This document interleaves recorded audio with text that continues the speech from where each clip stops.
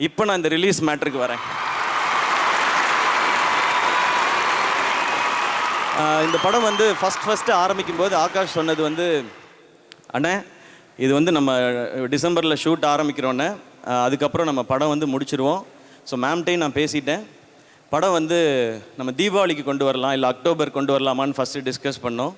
அப்போ அவர் சொன்னார், இல்லை அக்டோபரில் வந்து விஜய் சாரோட படம் டேட்டு போட்டாங்க, அதனால அப்போ வேண்டாம், ஜான்வரி பொங்கல் யாருமே அனௌன்ஸ் பண்ணல, நம்ம அதை லாக் பண்ணிவிடுவோம். ஏன்னா இங்கே நம்ம ஊரில் 10 நாள் லீவ் இருக்குது, அதை லாக் பண்ணி தானே நான் ஃபுல்லாக ஒர்க் பண்ண போகிறேன்னாரு. சூப்பர் ப்ரோ, நீங்கள் அது உங்களுடைய கால், நீங்கள் தான் ப்ரொடியூசர், சூப்பர் ஓகே அப்படின்னு சொல்லி டிசைட் பண்ணியாச்சு. அதுலேருந்து சில நாள் கழித்து விஜய் சாரோட படம் ஜனநாயகன் வந்து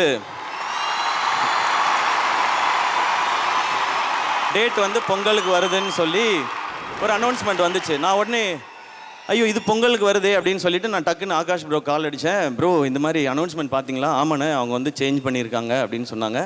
நான் சொன்னேன், ப்ரோ இது மாதிரி அந்த படமும் வருது, நம்மளும் பொங்கல் சொல்கிறோமேன் போது 10 நாள் இருக்கிறதுனால 2 படம் கண்டிப்பாக தாங்குண்ணே அப்படின்னாரு. ஓகே, பட் நம்ம வந்து ஏதாவது சேஞ்ச் பண்ண முடியுமா அப்படின்னு கேட்டேன். அப்போ அவர் சொன்னார், அண்ணே சேஞ்ச் பண்ணுறதுல ஒரு 2 சிக்கல் இருக்குண்ணே. ஒன்று, நம்ம எல்லா இன்வெஸ்டர்ஸ் இது சுற்றி இருக்க பிஸ்னஸ் எல்லாமே ஜான்வரின்னு சொல்லி தான் நம்ம வந்து இது எல்லாத்தையுமே பேசி பண்ணியிருக்கோண்ணே. இன்னொன்று, அதுக்கப்புறம் தள்ளினா ஏப்ரல் மேலே தானே பண்ணணும், அந்த டைம் எலெக்ஷன்ஸ் இருக்குண்ணே, அப்போ இது வேணாண்ணே, நமக்கு வேறு வழி இல்லைண்ணே, இந்த டைம் தான் பண்ணணும்னு சொன்னார். அப்போ பணம் போடுற அவங்க வந்து ஒரு பிஸ்னஸ்ஸு எல்லார்ட்டையும் பேசி ஒரு டெசிஷன் எடுத்து ஓகே இது பண்ணுறான்னு சொன்னாங்க. சரி ஓகே, இதை நான் கேட்டுட்டேன். ஓகே ப்ரோ, ஏன்னா அது கரெக்டான இதாகவும் இருந்துச்சு. படம் அவங்க எப்படி கரெக்டாக பொசிஷன் பண்ணணும்னு நினைக்கிறாங்களோ அதை கரெக்டாக நம்ம ஏற்றுக்கிறது தான் நம்ம ஒரு ஆர்டிஸ்டாக நம்மளோட வேலை. இப்போ நான் என்ன பண்ணேன்னா, ஓகே ஆனால் இது கரெக்டாக கம்யூனிகேட் மட்டும் பண்ணிடணும்னு சொல்லிட்டு நான் ஜெகதீஷ்க்கு ஃபோன் அடித்தேன். ப்ரோ, ஜெகதீஷ் எல்லாருக்குமே தெரியும் விஜய் சாரோட இருக்கிறவர், அவருக்கு நான் ஃபோன் பண்ணேன். நான் ப்ரோ இந்த மாதிரி படம் நீங்கள் வந்து போஸ்ட்பான் பண்ணிட்டீங்க ப்ரோ அப்படின்னேன்.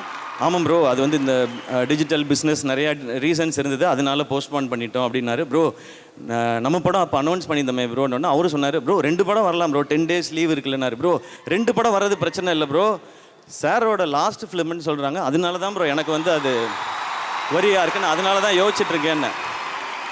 அப்போ ஜெகதீஷ் சொன்னார், ப்ரோ அதெல்லாம் ஒன்றும் பிரச்சனை இல்லை ப்ரோ, நம்ம 2 படமும் சூப்பராக இருக்கும் அப்படின்னாரு. இல்லை ப்ரோ, இதை நீங்கள் நல்லா புரிஞ்சுக்குங்க, லாஸ்ட் ஃபிலிம்னால சார்கிட்ட என்ன செனாரியோங்கிறத கரெக்டாக இன்ஃபார்ம் பண்ணிவிடுங்க, இல்லைனா நடுவில் யாராவது சிலர் காமெடி பண்ணிகிட்டு இருப்பாங்க தேவையில்லாமல், அதனால நீங்கள் சொல்லிவிடுங்க அப்படின்னு சொன்னேன். நான் 5 minutes கொடுங்க, நான் பேசிட்டு வரேன் அப்படின்னாரு.